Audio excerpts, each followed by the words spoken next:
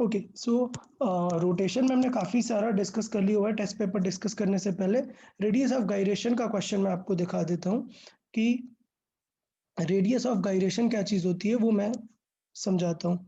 So previous उसमें मैंने समझाया हुआ था कि रेडियस ऑफ गायरेशन क्या है। देखें यहाँ पर, सो ये सेक्शन आपको देखना है, या मैं फिर से एक बार एक्सप्लेन कर देता हूँ, बेटर रहेगा।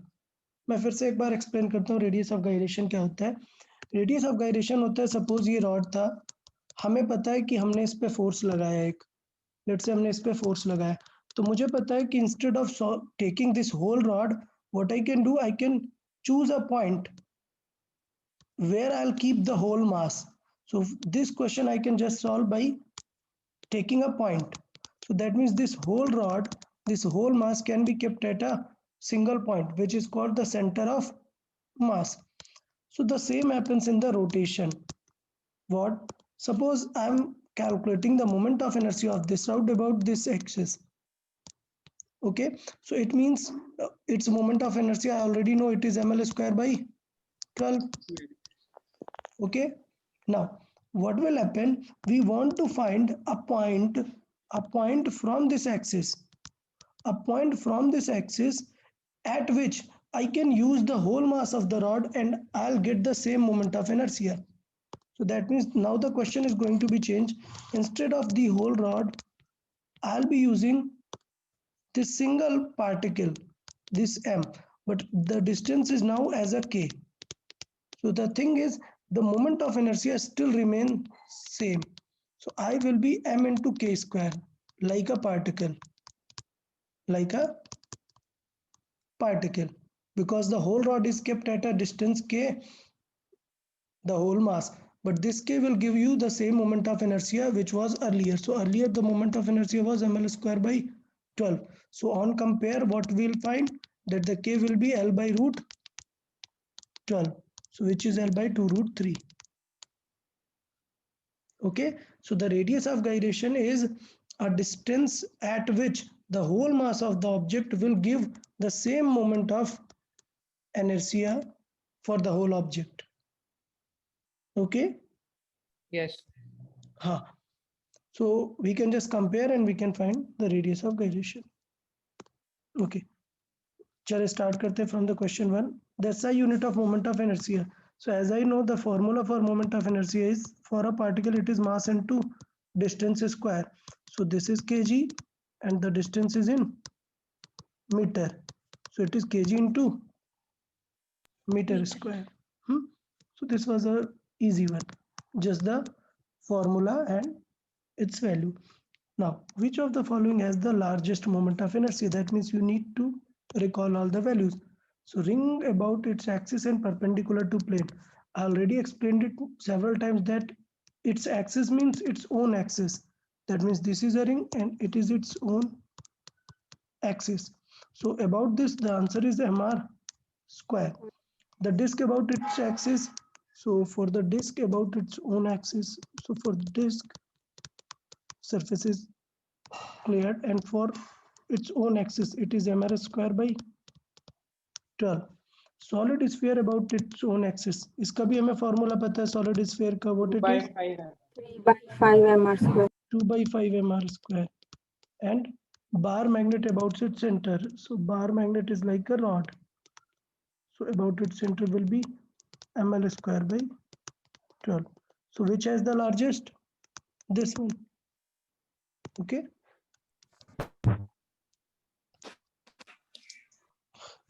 Third, the radius of a ring is this, its mass is this, its moment of inertia about an axis passing through its center and perpendicular to its plane. So that means simple, ring का perpendicular to its plane पूछा हुआ है. So we already know ring का perpendicular to its plane क्या होता है? mr square. mr square. So simply m is 2 kg and r is 1 meter. So 1 का square will be 1. So the answer will be 2. 2. So starting question काफी simple. Number 4 देखते हैं. A composite disc is made using equal masses of aluminum and iron, so that it has a high moment of inertia. So I already know that if a disc is made with two different materials, so moment of inertia depends upon mass into distance, कितनी दूर है वो material. So if I see, if you keep the lighter object near the center and heavier object outer side of the center, so it will give you the highest moment of inertia. Everyone got the idea? Yes, sir. Yes, So the sir. best part will be to keep the heavier mass out. So heavier mass should be away. So which option will be there? B. Sir, but in question दोनों का mass equal बोला है ना.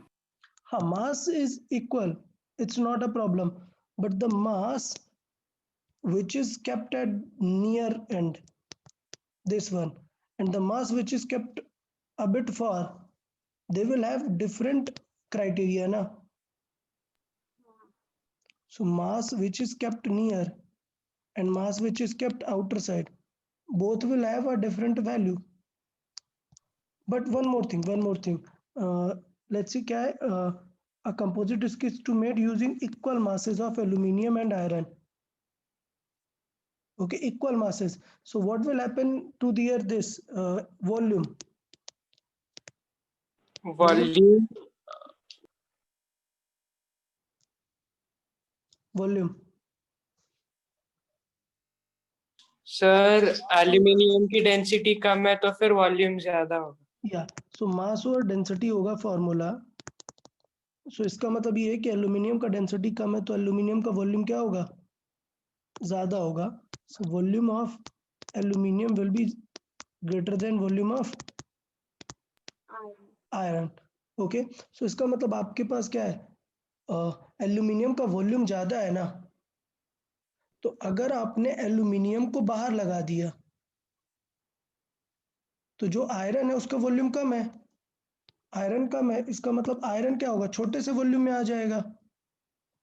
अगर iron छोटे से volume में आ गया और आपने क्या किया, एल्यूमिनियम का वॉल्यूम देखा, तो एल्यूमिनियम का वॉल्यूम बाहर आएगा. कुछ इस तरीके का सेटअप दिखेगा आपको डिस्क. लेकिन अब आप सोचो, अगर इसमें हम अंदर एल्यूमिनियम लगा दें तो एल्यूमिनियम ऑलरेडी बहुत ज्यादा है ना, एल्यूमिनियम ऑलरेडी बहुत ही ज्यादा है. तो इसका मतलब ये कि उसका वॉल्यूम ज्यादा होने की वजह से जो रिमेनिंग मास है उसकी डिस्टेंस क्या हो जाएगी, बहुत ही बढ़ जाएगी.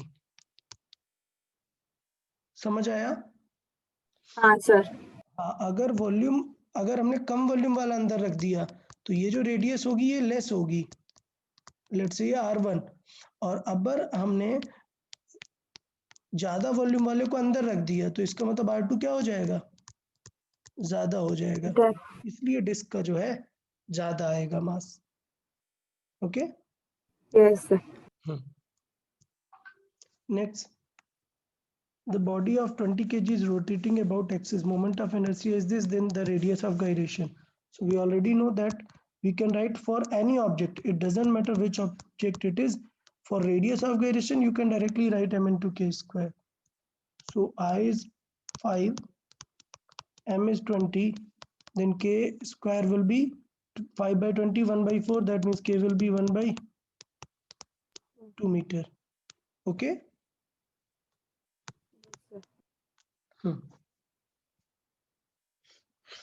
Next 6 बताएं.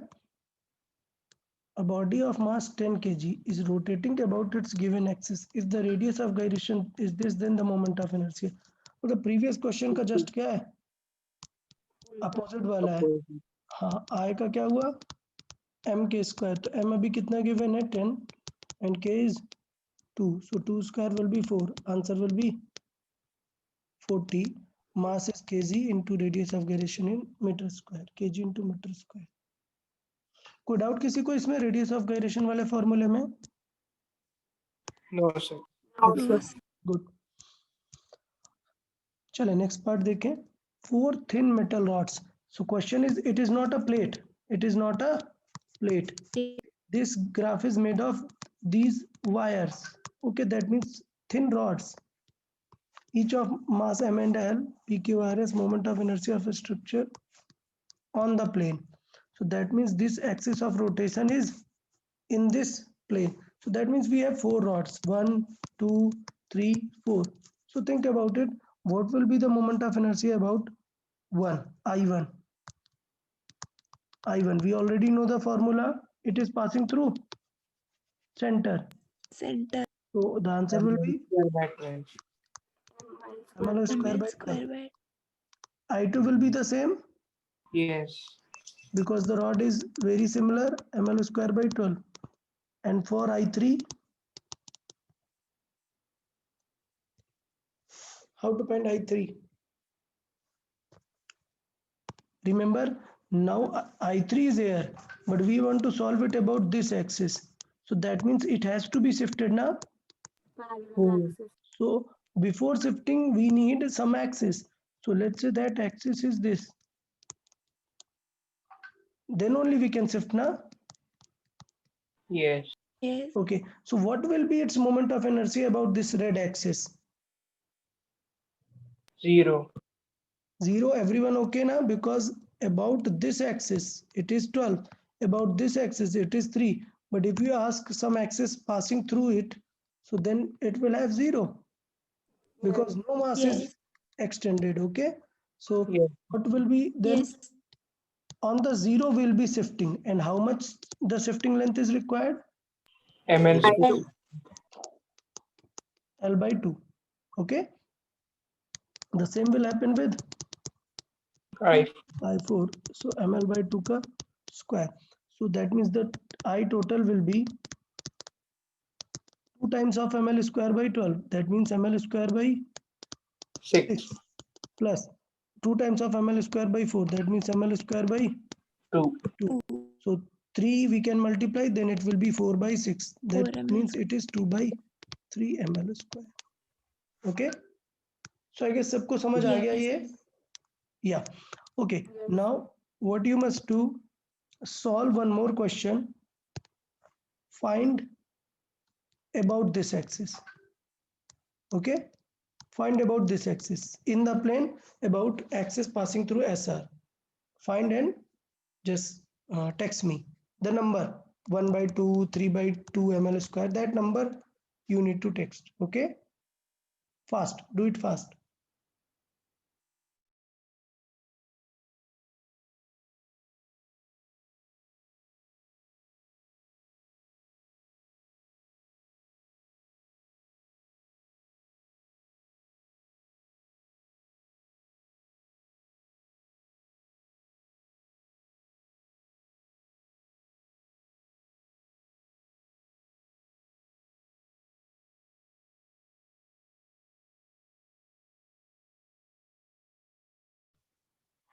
Okay, very good, Hers. What about others?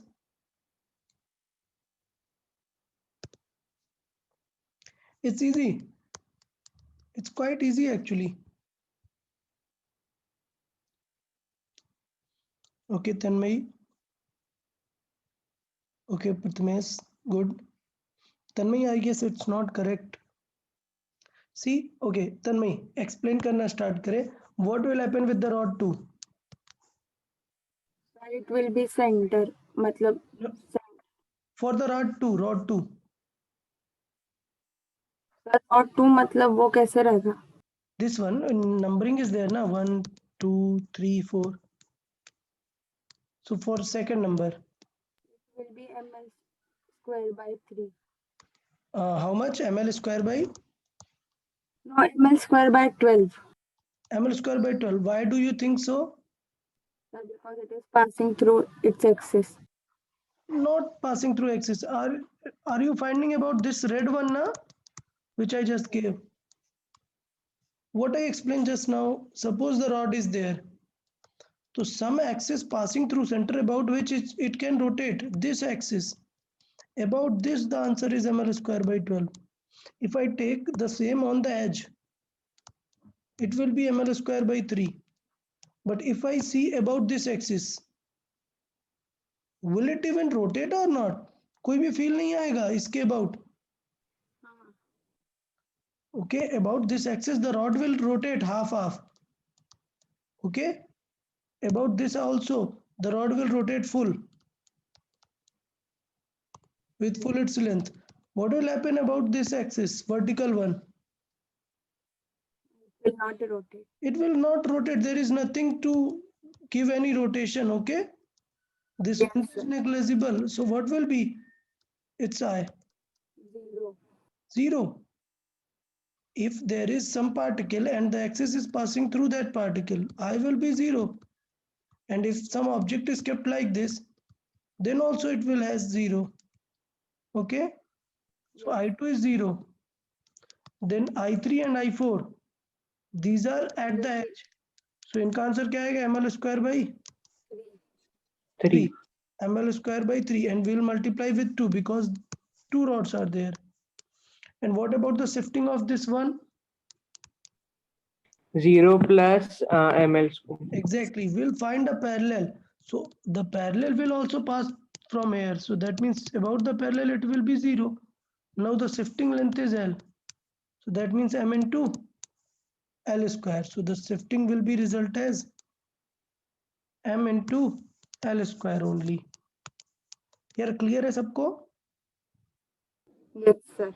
हाँ, so इसका मतलब answer should be 5/3.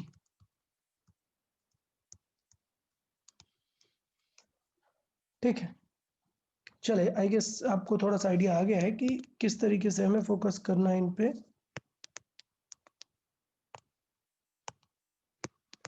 Next, a sphere is rolling. The ratio of its kinetic energy to the total energy. By the way, अगर कुछ भी नहीं बोला है, so sphere means always solid sphere. But we'll solve this question with both solid and hollow. So usually, if nothing is given, what to consider? Solid. But let's say solve for hollow first. क्या दिया हुआ है? The ratio of its kinetic energy to the total kinetic energy. So kinetic energy it is half mv square, while explain the total kinetic energy will be half mv square plus half I. Sir, kinetic energy will be half I omega square. No? No. It's kinetic energy rolling. In the case of rolling, there is a total kinetic energy, and its kinetic energy means we are taking. By the way, there is nothing said about it. Okay, actually this question should be sort of bonus because data is not clear. Why? The first thing, sphere is not clear, but sphere we know if nothing is given we can consider the solid, but the ratio of its kinetic energy to the total kinetic energy, so it doesn't say which kinetic energy, because a rolling sphere will have two type of kinetic energy na? Yes. So the question is bonus because nothing is said. So if I consider, let's say hollow, clear the hollow, let's say we'll consider the solid only. But there are two cases.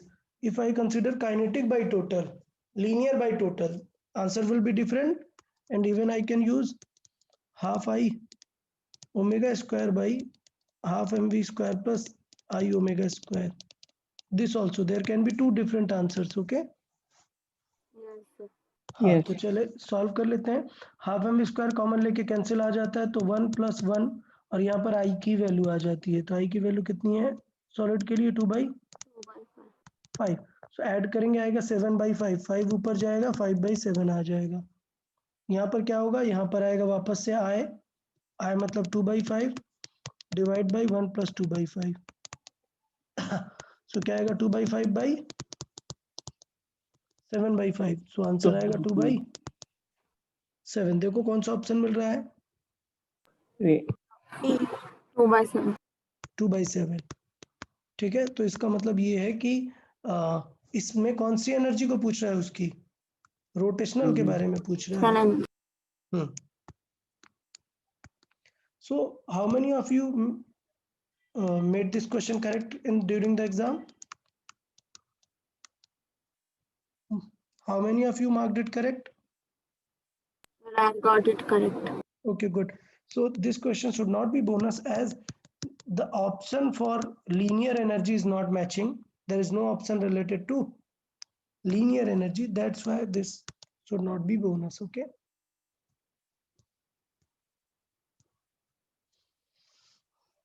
Let's see next one. The moment of inertia of a uniform circular disc about a diameter is I. So that means there is a disc about the diameter. That means disc is in 2D plane, okay? Like this, and about the diameter it is. By the way, we already know about the diameter. What is the answer for disc? It is mr square by 4. So in the question, mr square by 4 is named as I. Got the idea? Yes. Now the moment of inertia of about an axis perpendicular to plane passing through a point on its rim, means perpendicular but passing through rim. So that means now the disc is in this manner. The axis should pass through the rim. So that means this question is related to the shifting. So shifting करेंगे ये वाली axis में. इस axis के about answer क्या होता है हमारा स्क्वायर बाई 2. अभी हमें शिफ्टिंग करना पड़ेगा. सो इसका मतलब I dash will be mr square by 2 plus shifting कितनी होगी m into how much distance? R square. R square. So the answer will be 3 by 2 mr square. Clear everyone? Now what we can write to the mr square? 4I. We can write 4i. So our I dash will be 3 by 2 into mr square. We can write 4i. So the answer will be 6i.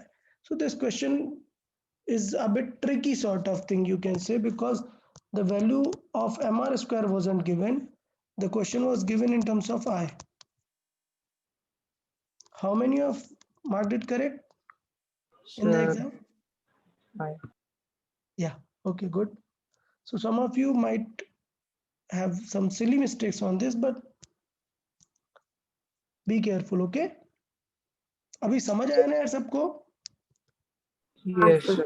हाँ, हमने क्या किया, ये data use किया. The given thing in the question was not mr square, it was I. So we solved the question in terms of I. The moment of inertia of a body given is this. To produce a rotational kinetic energy, this an angular acceleration must be applied for how much duration? So that means we already know I is given, energy is given, acceleration given है, that means alpha given है. But question में क्या पूछा है? Time कितना लगेगा? तो इसका मतलब हमें काइनेटिक एनर्जी और आई से हमें पता है क्या निकाल सकते हैं हम, ओमेगा. तो इसका मतलब क्वेश्चन किस चीज का है? क्वेश्चन है कि पहले हमें काइनेटिक एनर्जी को यूज करना है. काइनेटिक एनर्जी क्या हो जाएगी? Half I omega square. So इसका मतलब ओमेगा कितना आ जाएगा? 2 times of kinetic energy by I और उसका स्क्वायर रूट. क्लियर? तो ओमेगा आ जाएगा यहाँ से 2 टाइम्स ऑफ काइनेटिक एनर्जी कितनी है? 1500 डिवाइडेड बाई 2 इंटू आई कितना है? सॉरी आई जस्ट है 1.2. Clear? Yes. Yes, sir. Solve Sir, करके answer 50 आता है. 50 आता है सॉल्व करके. Okay good. सो ओमेगा आ गया क्या? 50. सो ओमेगा 50 आ गया. So now I know the speed is 50 but the acceleration is 50 radian per second square. So see, to gain a speed of 50, how much time will take? 1. 1 second. We use the formula V is equal to U plus 8. AT. U is 0, just V will be A into T, or I can just say T will be V by A or omega by alpha. ठीक है? A wheel of moment of inertia, this is making 20 revolution. It stopped in 40 seconds. The angular retardation is. So मतलब stopping time दी है question में. Clear? और revolution कितने हैं? 20 revolution. मैंने बताया कि कभी भी अगर आपको एमकेएस यूनिट में यूज करना है तो रेवोल्यूशन नहीं यूज करते. क्या यूज करते हैं? रेडियन. हमें ऑलरेडी पता है कि 1 रेवोल्यूशन मतलब कितना रेडियन? 2 pi. 2 pi radian. तो इसका मतलब हम ओमेगा लिख सकते हैं. ओमेगा रियल में कितना है? इसका मतलब ओमेगा 20 इंटू 2 पाई है. 40 पाई रेडियन पर सेकेंड है. क्वेश्चन में क्या किया? Given stopping time. मतलब स्टॉपिंग टाइम का फॉर्मूला क्या हो जाता है? T is equal to U by G होता था. तो इसका मतलब ओमेगा बाई क्या होगा? अल्फा. सो इसका मतलब अल्फा कितना हो जाएगा, ओमेगा बाई टी। किसी को डाउट क्या है इसमें? नहीं। ओके, सो इसका मतलब अल्फा कितना हो गया, ओमेगा है 40 पाई और टाइम कितना है 40 सेकेंड। सो कितना आ गया टाइम, पाई सेकेंड। सॉरी अल्फा मतलब अल्फा आ जाएगा पाई रेडियन पर सेकेंड स्क्वायर। समझ आया सबको? यस। तो इस तरीके से अप्रोच कर सकते थे। तो ये टोटल काइनेमेटिक्स से रिलेटेड था, हमने ऐसा क्वेश्चन किए हुए हैं। 3 points, equilateral triangle passing through M1 and through the altitude. That means this is a equilateral triangle and the particles are M1, M2, M3. So this is M1. So that means the axis is passing through M1 and the altitude. So इसके about चाहिए। So इसके about बताओ यार, M1 particle का क्या हो जाएगा, 0। I1 वाले का हो जाएगा 0। I2 और I3 देखो सेम डिस्टेंस में है, कितनी डिस्टेंस में है, L/2। L/2। तो I2 और I3 जो होंगे वो सेम होंगे एकदम। कितना होगा, M इंटू L/2 का स्क्वायर। स्क्वायर। क्लियर? अच्छा मास अलग है, सॉरी मास अलग है, तो I2 कितना हो जाएगा, M2 इंटू L/2 का square and I3 will be M3 into L/2 का स्क्वायर। सो M2 प्लस M3 ऐड होने वाला है, विच मीन्स डी ऑप्शन। समझ आया ना सबको? Yes. Okay. One quarter sector is cut from a uniform disk or the sector has a mass. तो मैंने पहले ही बताया था कि पूरे डिस्क से मैटर करता ही नहीं है। If you pick even a section from the disk, जैसे हमने 1/4 of a disk पिक कर लिया है तो फर्क नहीं पड़ता।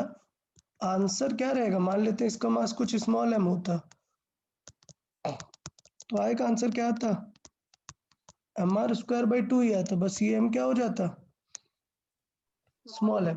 तो क्वेश्चन में ऑलरेडी क्या दिया हुआ है, मास दिया। मास दिया हुआ है m। सो इसका मतलब हमें टेंशन लेने की जरूरत नहीं है, आंसर क्या रहेगा, mr²/2 ही रहेगा, क्योंकि m ही दिया है हमें। समझ रहे हैं ना आप? यस। स्मॉल m को ही दे दिया है उसने। अगर कुछ बोलता कि एक m मास की डिस्क थी और फिर 1/4 कट किया होता तो देन स्मॉल m हो जाता है m/4। तो वैसा कुछ क्वेश्चन में नहीं दिया है। Okay, yes. तो आंसर इसका फिर क्या होना चाहिए, बाय 2 करने की जरूरत नहीं होती। तो ये वाला आंसर हमारा हो जाएगा फिर।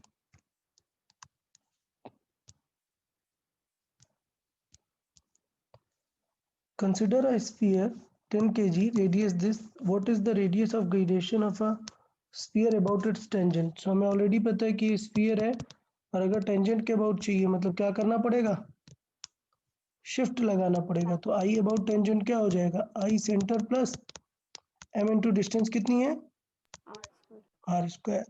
अभी देखो स्फीयर दिया नहीं है कौन सा है, तो क्या कंसिडर करना है, सॉलिड। सॉलिड का होता है 2/5 mr² और प्लस शिफ्टिंग वाला mr², तो कितना आ जाएगा 7/5 mr²। अब हमें किससे कंपेयर करना है, रेडियस ऑफ गायरेशन से। सो इसका मतलब इसको इक्वल किसके लिख सकते हैं, m के स्क्वायर से। सो देन इसका मतलब k कितना आ जाएगा, √7/5। बता, कोई डाउट किसी को? नहीं सर। ओके, तो अभी ये यार सॉल्व करना पड़ेगा थोड़ा सा, मतलब 7/5 किसका रूट रहेगा, सो ये रहेगा 1.4 और r तो 1 है। सो 1.4 का रूट कितना रहेगा, √0.18 रहेगा। क्या 12 का कितना होता है, 12 का होता है 144 स्क्वायर, 12 का स्क्वायर होता है 144। इसका मतलब 1.2 का क्या आएगा 1.44। तो इसका मतलब 1.2 से थोड़ा सा कम आंसर आना चाहिए क्योंकि ये 1.40 है। समझ आया? तो अप्रोक्सीमेटली क्या होना चाहिए, 1.2 के जैसा होना चाहिए। समझ आया ना? हाँ सर। हाँ सर। 1.2 से थोड़ा सा कम मतलब 1.18।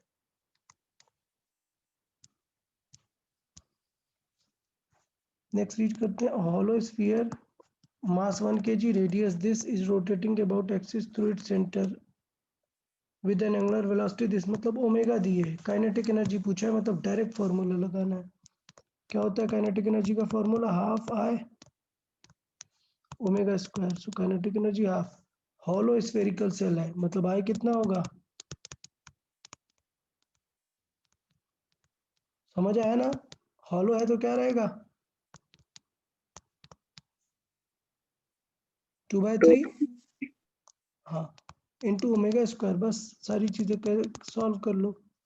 1/3 2 कैंसिल आउट। 1/3 एम कितना है 1, रेडियस कितना है 3 सेंटीमीटर। सो इसका मतलब क्या लिखेंगे? 0.03 का स्क्वायर इंटू ओमेगा कितना है 50 का स्क्वायर। समझ आ गया सबको? यस। सॉल्व करके क्या आंसर आ जाता है? 0.75। 0.75 आता है। ओके ठीक है। देखें 16 the kinetic energy of a circular disc 5 kg, radius this, rotating with this RPM. Okay but axis passing through a point on its circumference, मतलब किसके अबाउट पूछा है? सर्कमफ्रेंस एंड परपेंडिकुलर, इसके अबाउट पूछा है। समझ आया सबको? इसका मतलब आय बदल जाएगा ना, इस पे शिफ्टिंग लगा देंगे तो इसके अबाउट क्या होता है डिस्क का? mr²/2 प्लस शिफ्टिंग mr² की, मतलब आंसर क्या आएगा? 3/2 mr²। डन। यस। अच्छा एक प्रॉब्लम है, आरपीएम को कन्वर्ट करना पड़ेगा। तो आरपीएम को हमने बताया था कि किससे मल्टीप्लाई करते? 2π/60 से। तो वो किस में आ जाएगा? रेडियन पर सेकंड में। अब हम यूज कर सकते हैं काइनेटिक एनर्जी। काइनेटिक एनर्जी हो गया हाफ इंटू आई। आई कितना है ऑलरेडी? 3/2 mr² इंटू ओमेगा हो गया क्या? 80 इंटू 2π/60 का स्क्वायर। किसी ने सॉल्व किया इसे? क्या आता है? किसी ने इस वैल्यू को सॉल्व किया एग्जाम में? नहीं। अच्छा क्या गलती हुआ एग्जाम में? देखो ये भी दिया है और ये भी दिया है ना, एम भी दिया और ये भी दिया है, तो सॉल्व कर लेते हैं चले जल्दी से। 1/4 और 3/4 इंटू एम कितना है 5 इंटू आर कितना है 2 का स्क्वायर। सो ये तो कैंसिल आउट हुआ, 6 ये कैंसिल आउट हुआ, 2 3 आया। सो 8 इंटू 8 क्लियर। और नीचे कितना रिमेनिंग हुआ? 3। सो 3 इंटू 3 एंड पाई स्क्वायर। समझ आया यहाँ तक? सो देखिए क्या क्या कट होगा। ये 2 स्क्वायर 4 कैंसिल, एक 3 से 3 कैंसिल, और pi square will consider approximately 10। So approximate answer कितना आ जाएगा?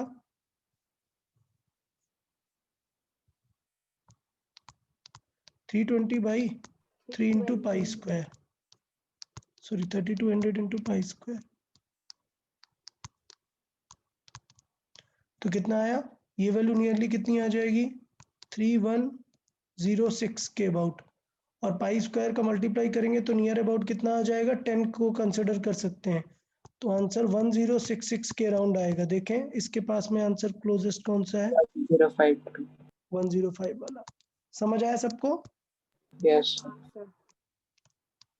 तो अप्रोक्सीमेटली 10 ज़्यादा कंसिडर कर रहे हैं, आंसर 10 से कम होता है, तो आंसर इससे कम आएगा, 1066 से थोड़ा सा कम। तो अपन ये वाला मार्क कर सकते हैं।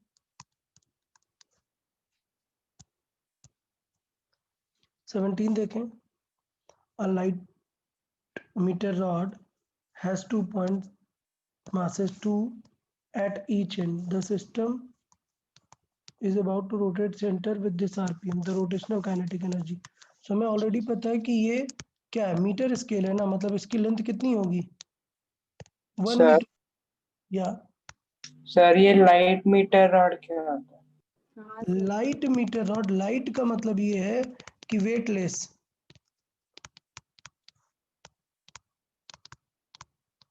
ओके वेटलेस और वेट निग्लेजिबल है, समझा? लाइट रॉड का मतलब, लाइट हाँ, मतलब हल्का, okay, yes, sir. And metre rod मतलब 1 metre length, Hmm. It is 1 metre. So we already know कि 2 पार्टिकल्स है, उनका आई निकाल सकते हैं, तो I will be 2 times into M R square, M into R कितना है, L/2 का square, done. So 2 into mass कितना है 2 kg, इंटू लेंथ कितना हो जाएगा 1/2 मीटर, हाफ मीटर का स्क्वायर, सो आई कितना आ गया 1। सो काइनेटिक एनर्जी कितना आ जाएगा देन,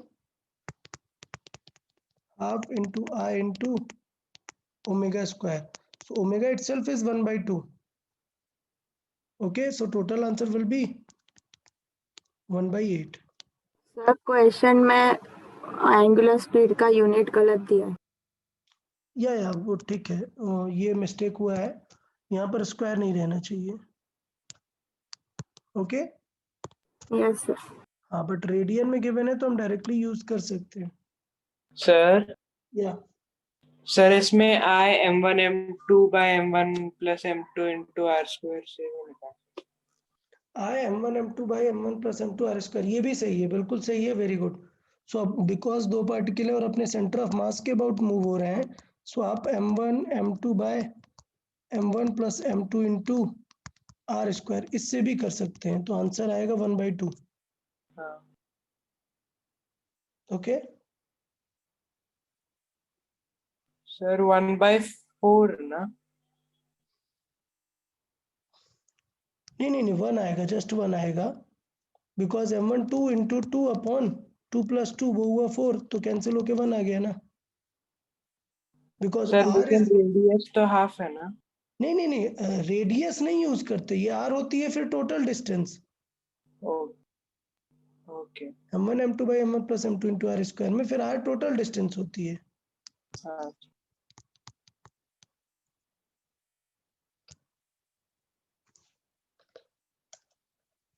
नेक्स्ट देखते हैं, ये अभी ओके ना, कोई डाउट तो नहीं किसी को? No sir. हम्म,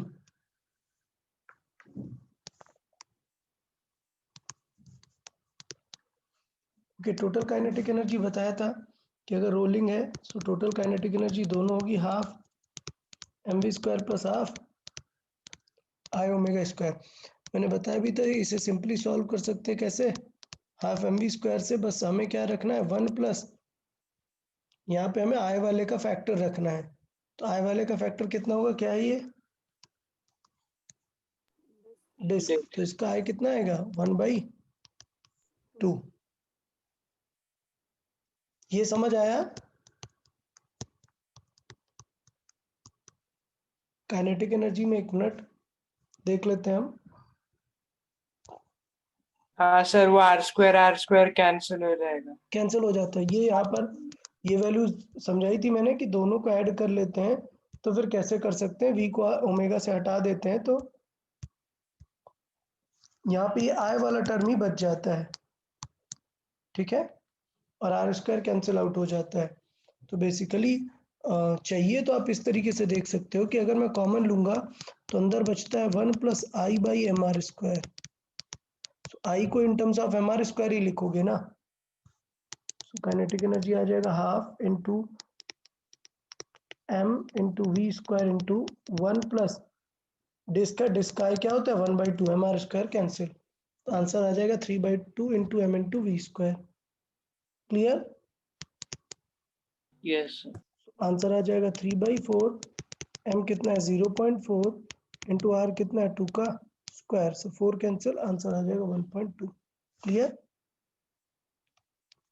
यस हाँ, तो इस तरीके से अपन एनर्जी निकाल सकते हैं, ये तो स्ट्रेट क्वेश्चन है, ज़्यादा टेंशन नहीं थी इसमें।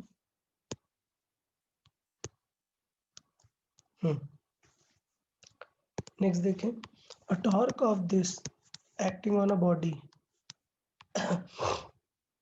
उसका एंगुलर एक्सेलरेशन ये है, तो रेडियस ऑफ गायरेशन पूछा है, तो हमें टॉर्क दिया है, एंगुलर एक्सेलरेशन दिया है, सो वी नो, और रेडियस ऑफ गायरेशन पूछा है, we already know the formula for torque, tau is I alpha, और आई को हम क्या लिख सकते हैं in terms of radius of gyration m into K square into alpha. तो यहाँ से रेडियस ऑफ गायरेशन आ जाएगा, टाउ है 400, m कितना है 40 kg into K square into alpha कितना है 20। डन। के स्क्वायर कितना आ जाएगा, 2 जीरोस कैंसिल, 4 कैंसिल, क्या आ जाएगा 1/2। इसका मतलब आंसर क्या आ जाएगा के का 1/√2। 1/√2 डिवाइड करते हैं तो आंसर 707 आता है। Okay yes sir. हाँ, इसे याद भी रखना है, 1/√2 का डिवाइड 0.707 होता है, बहुत ही फेमस नंबर है वो।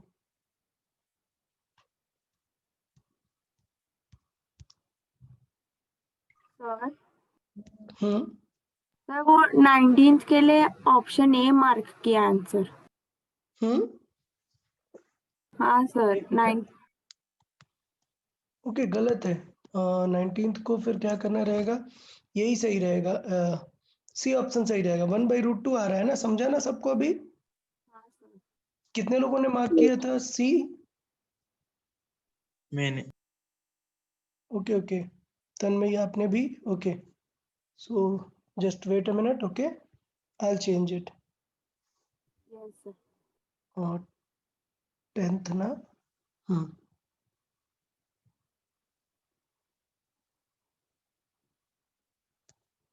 question number 19, it should be C.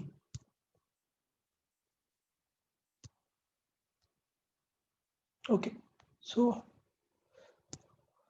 okay, I have updated your marks, huh? Yes sir. Yeah, let's see question 20 then.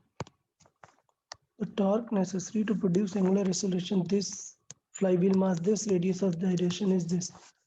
So torque, so tau is equal to I alpha, but question में radius of gyration दिया हुआ है, so I can be written as mk square into alpha. So m is 50 kg, k is 50 centimeter, that means in meter it will be 1/2 into alpha. Alpha is how much? 25। हाँ, तो इसका मतलब क्या हो जाएगा, 1/4 का 1/2 का स्क्वायर 1/4 आ जाएगा यहाँ पे। So it will be 50 into 25 divided by 4। Clear? So answer कितना आ जाएगा, नियरली देखें, so it will be 12 point something, so कितना आ जाएगा 310 के near about, that means this one. Okay, Yes sir. Yes sir. let's see 21. Two solid sphere each of mass m and radius this are connected with the massless. देखो massless है मतलब rod का कुछ भी नहीं आने वाला है, रॉड ऑफ लेंथ 2r। तो ये लेट से रॉड है, रॉड का कुछ भी मास नहीं आने वाला है, और इस पे दो स्फीयर हैं। स्फीयर का रेडियस कितना है r/2 r/2। हाँ, तो पूछा क्या है, what will be the moment of inertia of the system passing through the centre of one of the sphere. So one of the sphere मतलब ये वाला एक्सिस। क्लियर है? इसके अबाउट चाहिए, तो इसके अबाउट इस स्फीयर का खुद का कितना हो जाएगा, खुद का हो जाएगा, सॉलिड स्फीयर है तो m इंटू आर ऑलरेडी कितना है r/2 प्लस रॉड का कुछ होगा क्या, नहीं, रॉड का अपना 0 होगा क्योंकि मासलेस है वो। अब इसका हमें शिफ्ट करना पड़ेगा, तो इसका खुद का होगा 2/5 m इंटू r/2 का स्क्वायर, बट शिफ्टिंग लगाएंगे, तो शिफ्टिंग कितनी डिस्टेंस करनी पड़ जाएगी 2r। हाँ m इंटू 2r की शिफ्टिंग करनी पड़ जाएगी। तो ये हो गया पूरा मोमेंट ऑफ इनर्शिया, उसका खुद का और प्लस शिफ्टिंग का। ओके, तो इसका मतलब ये हो जाएगा खुद का, ये हो जाएगा 4, मतलब कितना आ जाएगा 1/10। सो 1/10 प्लस 1/10 प्लस ये कितना हो जाएगा 2 का स्क्वायर 4। समझा? सो 1/10 मतलब 2/10 मतलब कितना आ जाएगा 1/5 प्लस 4, सो कितना आ जाएगा 21/5। Okay, Yes sir. Yes sir. मैं थोड़ा सा कैलकुलेशन ज़्यादा था, बाकी क्वेश्चन ऐसा टफ कुछ नहीं था, थोड़ा सा कैलकुलेशन ज़्यादा है तो वो अपन कर लेंगे, उसमें कोई प्रॉब्लम नहीं है। देखें, 3 identical rod arranged in equilateral triangle. Okay, so question में ये है कि इक्विलेटरल ट्रायंगल है, हमें चाहिए इसका एक axis which is passing through one of the corner but perpendicular to it. That means you can say if the axis is like this, triangle is somewhat like this.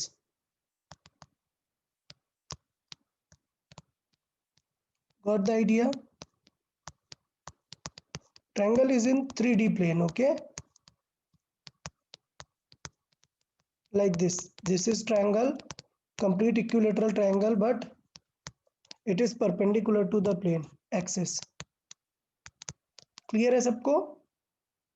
So that Yes. means which rod is having what sort of area, वो आपको देखना पड़ेगा. So this is a bit not tricky, just calculation will be a bit tough.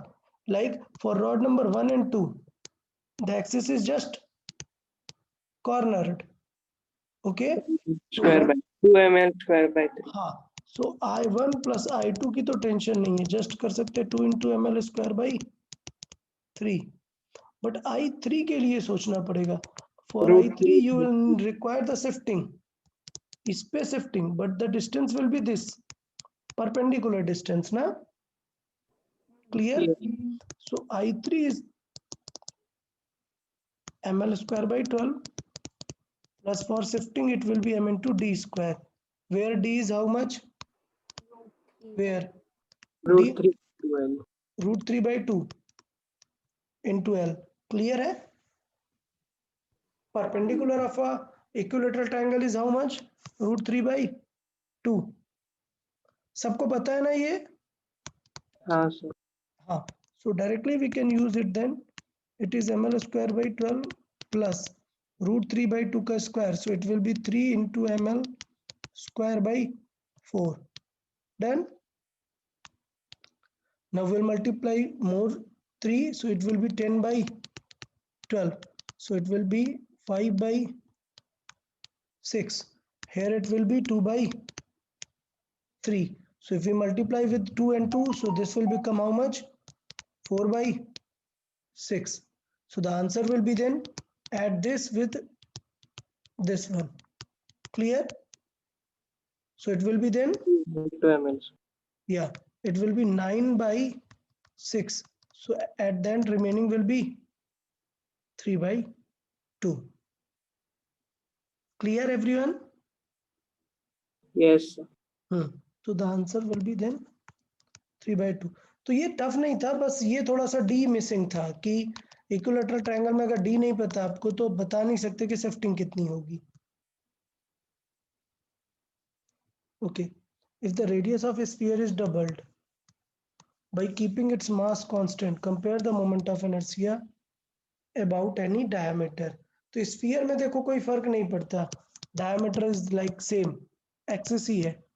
So all we need is to find the mass. If the radius of a sphere is doubled by keeping its mass constant, so that means moment of inertia में क्या होता है, I is equal to mr square. क्या चीज same है? m constant है. So because m अगर constant है तो m की टेंशन नहीं लेनी, देन I प्रोपोर्शनल टू क्या हो जाएगा, सिर्फ r स्क्वायर ना. सो अगर हमने रेडियस डबल कर दी तो आंसर क्या हो जाएगा? 4. 4 टाइम्स हो जाएगा ना 2 का स्क्वायर. हाँ 1:4. हाँ, सो इसका मतलब क्या हो जाएगा, सेकंड वाला 4 टाइम्स हो जाएगा. सो कौन सा आंसर रहेगा? A.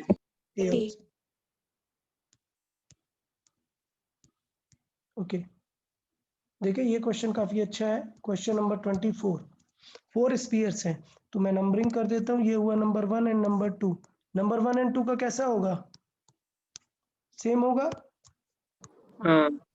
और नंबर 2 एंड 3 एंड 4 का क्या होगा?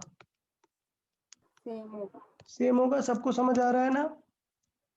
3 एंड 4 का सेम होगा. सो 1 एंड 2 का सेम होगा. कितना होगा? कैसा स्फीयर है? सॉलिड स्फीयर है. सो 2/5 mr स्क्वायर. बट 3 एंड 4 में क्या लगानी पड़ेगी?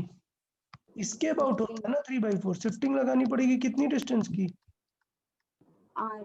आर डिस्टेंस की, तो आएगा 2/5 mr square plus mr square की शिफ्टिंग। सो इसका मतलब आई टोटल कितना हो जाएगा, 2 टाइम्स होगा क्या 2/5 प्लस ये टोटल कितना हुआ 7/5, सो 2 टाइम्स ऑफ 7/5, सो टोटल कितना हो गया 18/5। समझा सबको? हाँ सर। तो ये हो गया, ये बन जाना चाहिए था, ऐसा कुछ टफ नहीं था, ये शिफ्टिंग तो इतना सिखाया हुआ है काफी कुछ। 4 sphere of diameter 2a are placed at the corner of square, so square हुआ ये, स्क्वायर का साइड कितना है b, ये लेंथ है b, और उसमें हमने स्फीयर रख दी है कैसे, डायमीटर 2a, मतलब डिस्टेंस कितनी होगी ये, डायमीटर 2a मतलब रेडियस a। तो अभी क्वेश्चन क्या है, the moment of inertia of the system about an axis along one of the sides of the sphere, along one of the side मतलब इसके अबाउट, समझा यार सबको, ये क्लियर है ना यहाँ तक? हाँ सर। गुड। तो अब इसका मतलब हमें लगाना पड़ेगा, तो ये जो ऊपर के दो स्फीयर है उनका तो डायरेक्ट लिख देंगे हम, उनका क्या हो जाएगा 2/5 m इंटू ए स्क्वायर। सिर्फ 3 और 4 में क्या करना पड़ेगा, शिफ्टिंग यूज करना पड़ेगा, तो 2/5 m इंटू ए स्क्वायर, और शिफ्टिंग कितने की होगी, ये डिस्टेंस शिफ्ट होगा ना b, तो ये 1, ये 2, ये 3, ये 4। तो इसका मतलब ये क्लियर है, सिर्फ हमें शिफ्टिंग करनी पड़ेगी कितनी, m इंटू बी स्क्वायर की। तो अभी आई टोटल आ जाएगा, आई टोटल के लिए 2 टाइम्स होंगे, ये दो स्फीयर ऐसे हैं, तो इसका मतलब क्या हो जाएगा 2 times of 2/5 ma square plus 2 times of 2/5 ma square plus mb square. इसका मतलब टोटल 2 टाइम्स यहाँ पर भी ma स्क्वायर, 2 टाइम्स यहाँ पे भी है, तो इसका मतलब टोटल कितने हो गए 8/5 m 4 times of ma square या plus 2 times of mb square, मतलब कितना हुआ 8/5 ma square and 2 mb square. ठीक है, सो ऑप्शन क्या हो जा रहा है बी। तो यार समझ आया सबको रोटेशन का? हाँ हाँ सर। चलिए, तो अगर कभी भूल जाए तो आप एक बार लेक्चर फिर से रिवाइज कर सकते हैं और फिर से सारे क्वेश्चंस कर सकते हैं। तो काफी सारे क्वेश्चंस हो गए, प्रीवियस लेक्चर में भी 20 क्वेश्चंस हमने कर लिए थे और यहाँ पे भी 25 क्वेश्चंस कर लिए, तो काफी कुछ कंप्लीट हो गया है। ओके।